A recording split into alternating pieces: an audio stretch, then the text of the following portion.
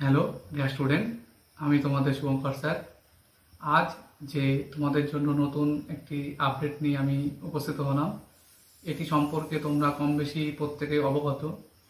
তোমরা জানো যে গত 30শে মে তোমাদের জন্য এসএলএসটি 2025 বা সেকেন্ড এসএলএসটি তার নোটিফিকেশন অলরেডি দেওয়া হয়ে গেছে এবং এর ভিত্তিতে তোমরা নবম দশম এবং একাদশ দ্বাদশ এই দুটি ক্যাটাগরিতে আগামী এসএসসি পরীক্ষা দিতে চলেছ।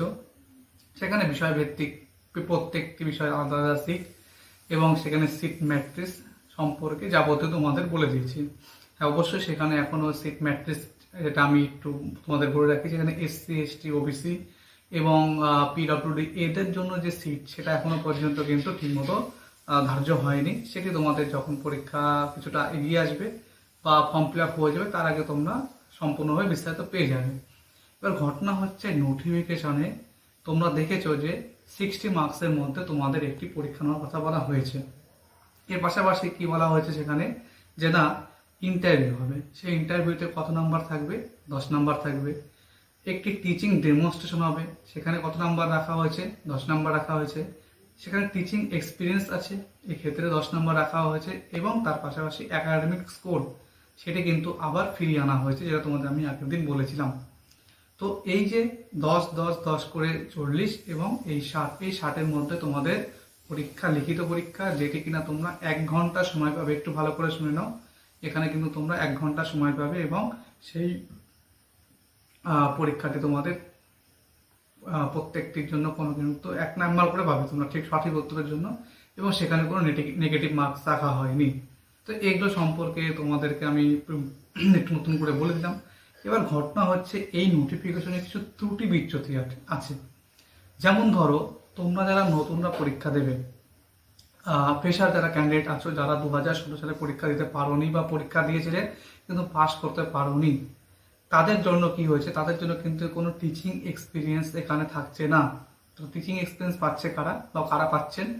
যারা মহামান্য সুপ্রিম কোর্টের রায় অনুযায়ী যাতে চাকরি বাতিল হয়েছিল, এর মধ্যে যোগ্য অযোগ্য বলে একটি ডিভিশন করা আছে, যদিও এটি নিয়ে একটা বিতর্কিত বিষয়, আমি সেদিক যাচ্ছি না। আমি যে প্রধান কথা সেটা তোমাদেরকে বলতে চাইছি যে সুপ্রিম কোর্টের নির্দেশ অনুযায়ী যে ব্যক্তিদের চাকরিতে গিয়েছিল বা যাদের চাকরি তখন চলে গিয়েছিল, সেই 26,000 শিক্ষক যারা পুনরায় পরীক্ষায় বসতে চলেছে, তারাই কিন্তু টিচিং এক্সপিরিয়েন্স হিসেবে 10 নাম্বার পাচ্ছেন। তা ঘটনা হলো, যারা নতুন ক্যান্ডিডেট তাহলে তারা কেন বঞ্চিত? এবং এই ঘটনাকে কেন্দ্র করেই কিন্তু কি করা হয়েছে, আমাদের মহামান্য হাইকোর্টে একটি কেস ফাইল বা মামলা ফাইল করা হয়েছে, যেটা গত শুক্রবারে মামলাটি করা হয়েছে। ঘটনা এটি যতটা না গুরুত্বপূর্ণ, তোমাদের যেটা আমি বলতে চাইছি যে এই মুহূর্তে, আমি তোমাদের কোনো একটি ভিডিও আগেও বলেছিলাম, এই যে মুহূর্তটা শুরু হচ্ছে এটা খুব ইম্পর্টেন্ট মুহূর্ত। কিন্তু এই সময় তোমাদের কিন্তু বলতে পারো তোমাদের এই সময়টা মিস ইউজ করার মতো কিন্তু প্রচুর খবর, প্রচুর ঘটনা সংবাদ কিন্তু তোমরা আশেপাশে দেখতে পাবে। তোমাদের পড়াশোনা যাতে ডিমোটিভেট তোমরা হয়ে যাও, এরকম কিন্তু লোকের অভাব থাকবে না। তো আমি তোমাদের যেটা বলতে চাইছি যে কোর্টে যে মামলাটি হয়েছে সেটির মূল বিষয়বস্তু, নোটিফিকেশনে কিছু ত্রুটি বিচ্যুতি আছে, যার জন্য কোর্টে মামলা হয়েছে বা আগামীতেও হবে, বা পরীক্ষা চলা পর্যন্ত, হওয়া পর্যন্ত অনেকগুলি মামলা তোমার কাছে সামনে দেখতে পাবে। তো এই মুহূর্তে তারা তোমরা কি করবে? একজন ছাত্র বা ছাত্রী হিসেবে ছাত্র জীবনে এই সময় তোমাদের কি কাজ?